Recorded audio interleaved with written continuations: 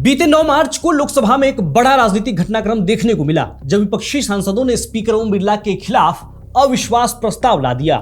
इस प्रस्ताव को पेश करने के लिए 50 से ज्यादा सांसदों ने समर्थन दिया और इसके बाद पीठासीन अधिकारी ने इसे सदन में पेश करने की अनुमति दे दी। फिर इस प्रस्ताव पर करीब 10 घंटे तक चर्चा चली। हालांकि अविश्वास प्रस्ताव से पहले भी यह स्पष्ट था और अब इस पर चर्चा के बाद भी यह स्पष्ट हो गया है कि स्पीकर की कुर्सी पर अब भी ओम बिरला ही बैठेंगे। तो इतनी स्पष्टता के बावजूद अगर हम बात इस पर करें कि सदन में क्या हुआ और क्या नहीं, तो फिर ये आपके कीमती वक्त के साथ नाइंसाफी होगी। इसलिए आज की इस वीडियो में हम इस पर चर्चा नहीं करेंगे। आज चर्चा करेंगे विपक्ष के आरोप पर और उस 374 रूल की जिसकी वजह से संसद में ये बखेड़ा खड़ा हुआ था। नमस्कार, मेरा नाम आशित प्रकाश है और आपने देखना शुरू कर दिया है विट्टी चोखा। देखिए, विपक्ष का आरोप था कि स्पीकर ओम बिरला सदन की कार्यवाही चलाने में पक्षपात कर रहे हैं और उन्होंने अपने अधिकारों का इस्तेमाल विपक्ष को दबाने के लिए किया।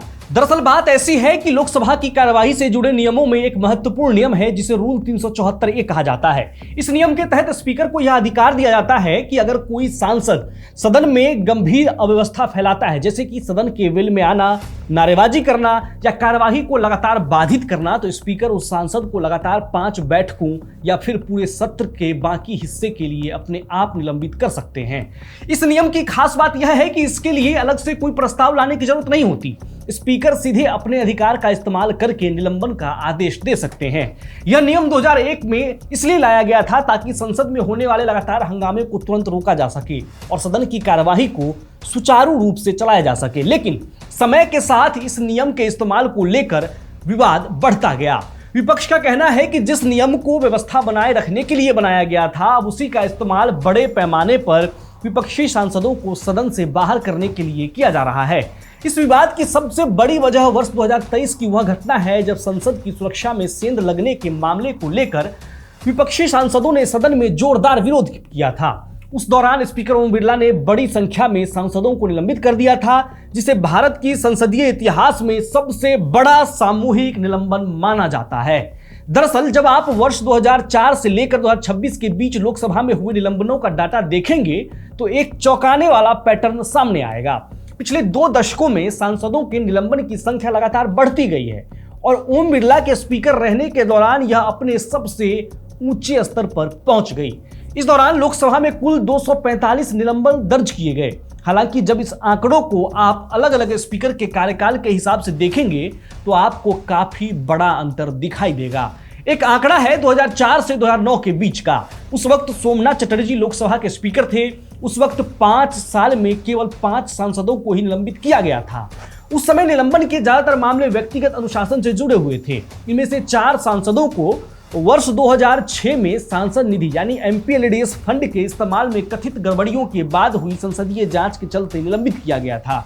तो वहीं एक और सांसद थे जिन्हें 2007 में एक आधिकारिक संसदीय यात्रा के दौरान गलत व्यवहार करने के कारण निलंबित किया गया था। यानी उस दौर में निलंबन बहुत कम होते थे और होते भी थे तो व्यक्तिगत आचरण से जुड़े मामलों में ही कार्रवाई होती थी। इसके बाद 2009 से 2014 के बीच मीरा कुमार लोकसभा की स्पीकर बनी। उनके कार्यकाल में निलंबन की संख्या बढ़कर 45 तक पहुंच गई।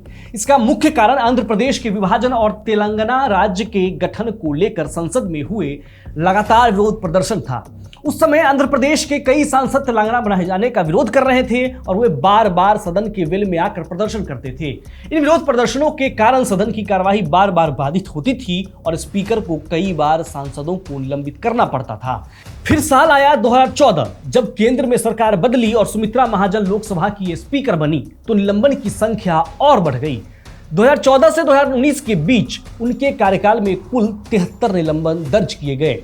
इस बढ़ोतरी के पीछे 2 बड़े घटनाक्रम थे। पहला अगस्त 2015 का मामला था जब ललित मोदी विवाद को लेकर कांग्रेस सांसदों ने सदन में जोरदार विरोध किया था और इसके बाद 25 कांग्रेस सांसदों को एक साथ निलंबित कर दिया गया था। दूसरा मामला जनवरी 2019 का था जब आंध्र प्रदेश को विशेष श्रेणी का राज्य दर्जा देने की मांग को लेकर AIADMK और TDP के सांसदों ने विरोध प्रदर्शन किया था। इस दौरान भी बड़ी संख्या में सांसदों को निलंबित किया गया था, लेकिन सबसे ज्यादा निलंबन ओम बिरला के कार्यकाल में दर्ज किए गए। 2019 से 2024 के बीच उनके स्पीकर रहने के दौरान कुल 112 सांसदों को निलंबित किया गया। अगर इसे पहले के दौर से तुलना करें तो यह करीब 2000% की बढ़ोतरी है। इन निलंबनों का सबसे बड़ा कारण 2023 का विंटर सेशन रहा, जब संसद की सुरक्षा में हुई सेंध को लेकर विपक्षी सांसदों ने जोरदार विरोध किया था। उस विरोध के बाद एक ही हफ्ते में लगभग 100 सांसदों को निलंबित कर दिया गया था। यह घटना इतनी बड़ी थी कि 2004 के बाद से लोकसभा में हुए कुल निलंबनों में से 40% से ज्यादा हिस्सा केवल इसी एक घटनाक्रम से जुड़ा हुआ है। इसी वजह से विपक्ष का कहना है कि रूल 374A का इस्तेमाल अब बड़े पैमाने पर किया जा रहा है और कई बार पूरे विपक्षी समूह को एक साथ सदन से बाहर कर दिया जाता है। पहले के समय में स्पीकर आमतौर पर किसी एक सांसद या छोटे समूह को निलंबित करते थे, लेकिन हाल के वर्षों में कई बार ऐसा देखा गया है कि विरोध प्रदर्शन के दौरान बड़ी संख्या में सांसदों को एक साथ निलंबित कर दिया जाता है। पार्टी के आधार पर देखें तो अलग अलग समय में अलग अलग दलों के सांसद सबसे ज्यादा निलंबित हुए हैं। मीरा कुमार के कार्यकाल में सबसे ज्यादा कांग्रेस के सांसद निलंबित हुए, क्योंकि तेलंगाना के मुद्दे पर पार्टी के अंदर ही मतभेद थे। वहीं सुमित्रा महाजन के कार्यकाल में AIADMK के सांसदों का हिस्सा सबसे ज्यादा था। उसके बाद कांग्रेस और TDP के सांसदों का नंबर आता है।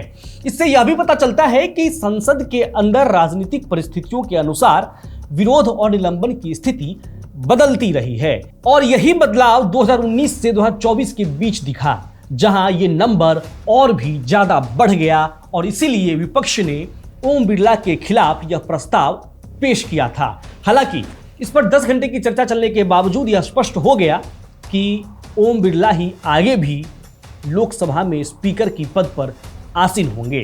अब आप यानी कि दर्शक, आप बताइए कि विपक्षी सांसदों के इस प्रस्ताव पर और ओम बिरला के इस कार्यकाल के ऊपर आप क्या सोचते हैं? अपनी राय कमेंट बॉक्स में लिखिए और देखते रहिए VT चोखा।